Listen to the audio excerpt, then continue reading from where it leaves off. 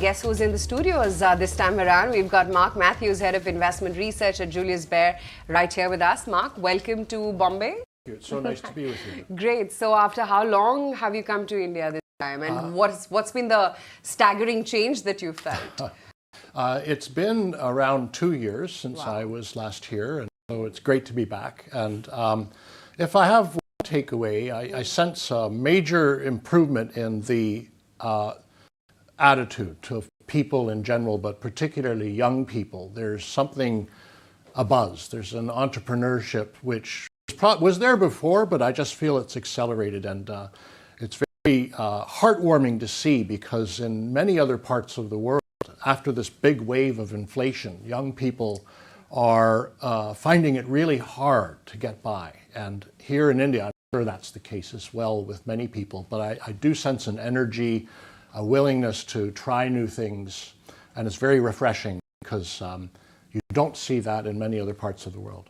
And that's being felt by the stock markets too? The energy? Yes, it has. Yeah. It has indeed. Yes. But do you expect that to continue? Because yes, the youth is motivated, and right now the economy is firing on all cylinders, but there's always that argument also made the Indian markets are expensive now when you compare it with the average, when you compare it with the rest of the world.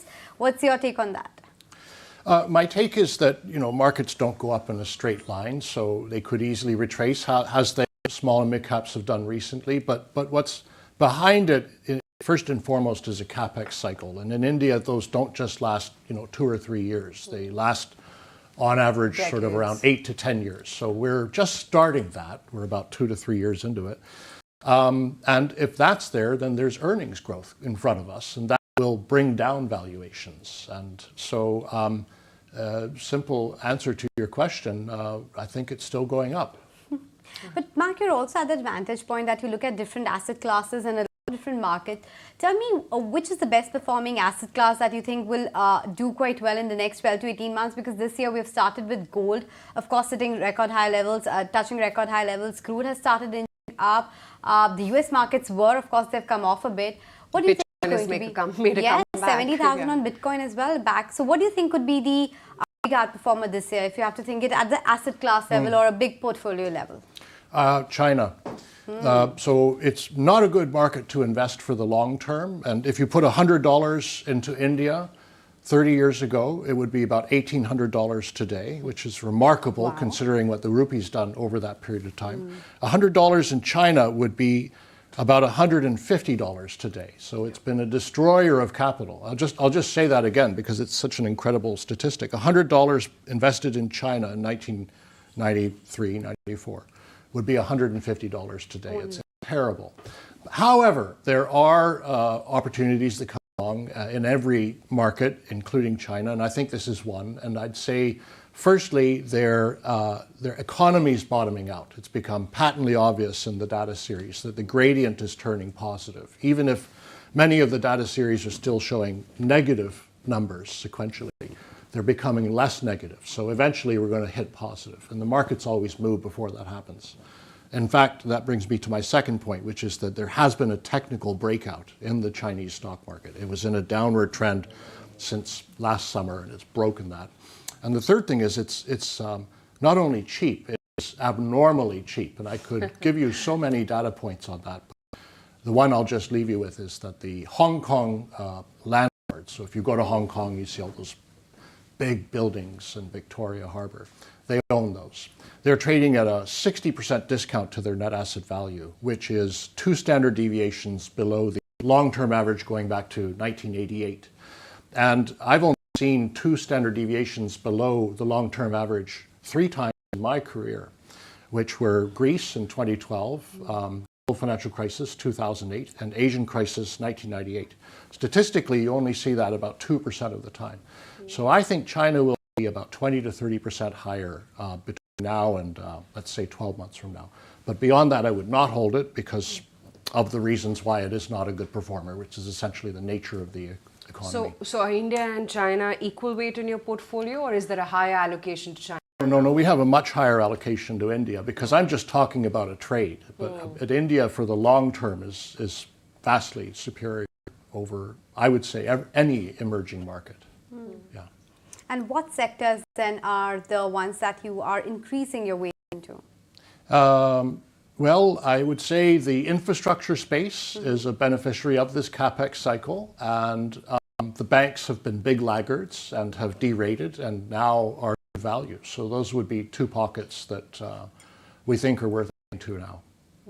What do you make about this disconnect that there is within large caps and small and mid caps? I don't know how familiar you are with Indian small and mid caps, because they are the ones which are giving you way better returns, the broader markets that is, as opposed to what the nifty companies have done. And there is that disconnect in the market, whether this is frenzy, this is froth, Yes. what have you.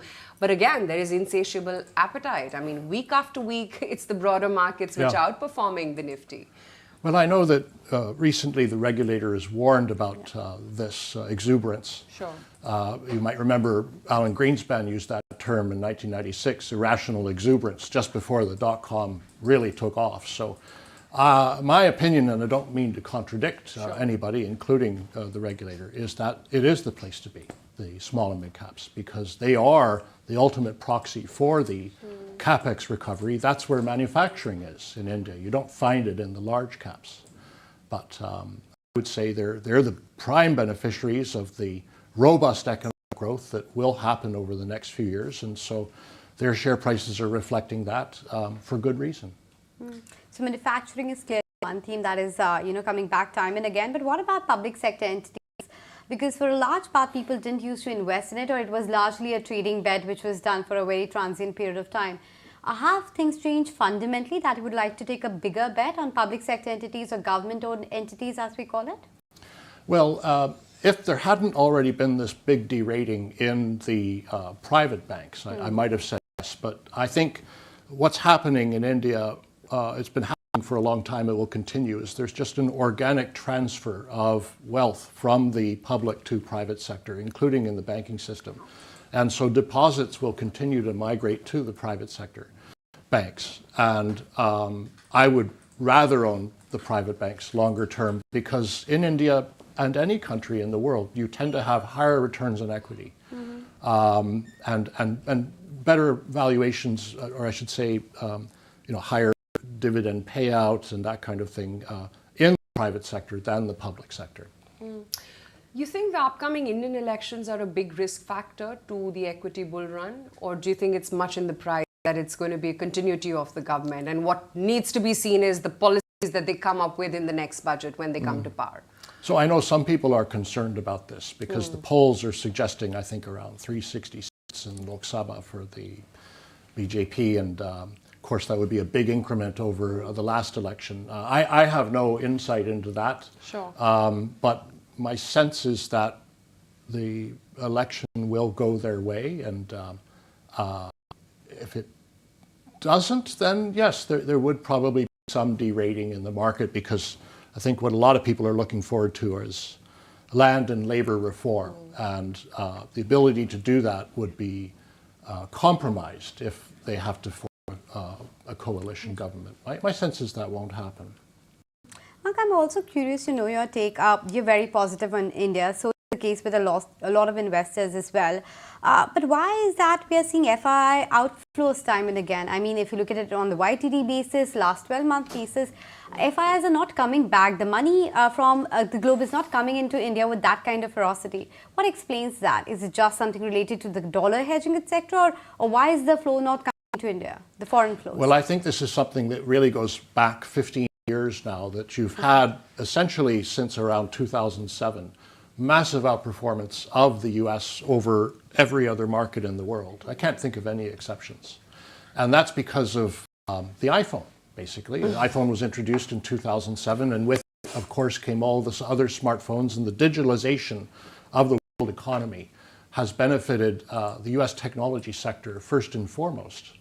If I just think to the old days when I would arrive in India, I'd get an old ambassador cab and drive it into town, and I'd read the Times when I got to my hotel room, and now I get an Uber and I watch Netflix when I check in. And so this has been the reason why emerging markets have been sidelined. And I think as long as the technology sector in the US is doing well, unfortunately, they will continue to be sidelined. And I think technology in the US will do well because of artificial intelligence. It's the biggest beneficiary of this. We're on the cusp of a massive revolution.